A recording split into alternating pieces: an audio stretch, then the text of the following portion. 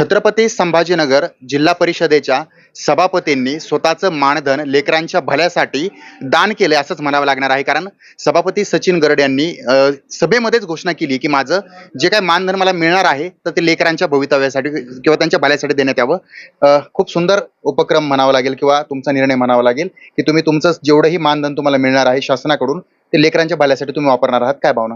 नाही, सर्वप्रथम तुमच्या ह्या विषयाला दान जे म्हणले तुम्ही, मी त्या दान हा शब्द वापरणार नाही, कारण हे कर्तव्य आहे. सामाजिक बांधिलकी म्हणून ज्या शिव मॅडमनी काही आम्हाला राजकारणाच्या पलीकडे जाऊन काही आपली कर्तव्य असते त्याच्याबद्दल काही सूचना दिल्या आणि ते एक मला वाटलं की बाबा मी ह्या कामात त्यांना सहभागी व्हायला पाहिजे. माझ्या परीने मला जे काही मानधनाचं मला शासनातर्फे वितरण होणार आहे तर ते वितरण मी माझं कर्तव्य म्हणून ह्या कुपोषित बालकाला कामात येईल याच्यासारखं मला जे सौभाग्य भेटेल ते त्याचा मला आनंद वाटला म्हणून मी त्याच्याबद्दल बोललो.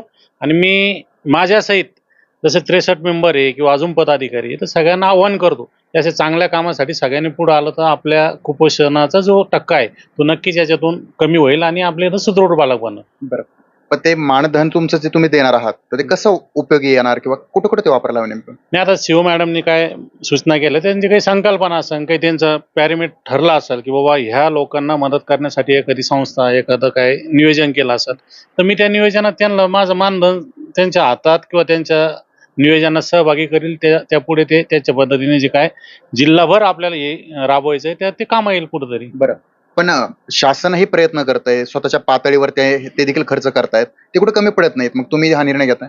नाही, शासन तर मी सांगतो शासन याच्या विषयी असो या बाकी सुविधाविषयी सर्व सुविधाविषयी गांभीर्याने सगळं नियोजन करतात. पण आपली जी सिस्टम आहे ती खालपर्यंत जाताना त्याला इतके छिद्रे पडतात की ते सामान्य माणसापर्यंत जात नाही. हे जग जाहीर आहे. आता आपलं तुमच्या समोरच कॅबिनच्या विषयी याच्याविषयी जोरदार चर्चा चालू होती. तर ठीक आहे, उठणं बसणं हे आपण त्याच्यासाठी निवडून नाही आलो, आपण लोकांच्या समस्या सोडवण्यासाठी निवडून आलो.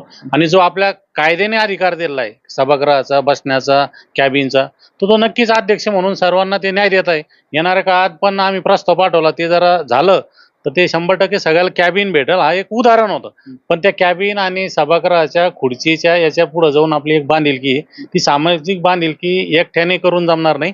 तर ती आमच्यासारख्या लोकप्रतिनिधी सगळं सर्व अधिकाऱ्यांनी बी त्याचं भान ठेवलं तर नक्कीच शासनाने ज्या सुविधा आपल्याला उपलब्ध केल्या त्या सर्वसामान्य माणसापर्यंत पोहोचण्यात अडचण येणार नाही. बरं, हे होते सभापती सचिन गरड यांनी स्वतःचं जे मानधन मिळणार आहे ते मुलांच्या उपचारासाठी, त्यांच्या भल्यासाठी किंवा त्यांना उपयोगासाठी दान करून दिलेलं आहे. त्यामुळं याचं कौतुकही केलं जातंय आणि सर्व सोबतच्या राजकीय पक्षांनी सदस्यांनी देखील या निर्णयाचं कौतुक केलंय. सचिन बडे, लोकशाही मराठी, छत्रपती संभाजीनगर. धन्यवाद.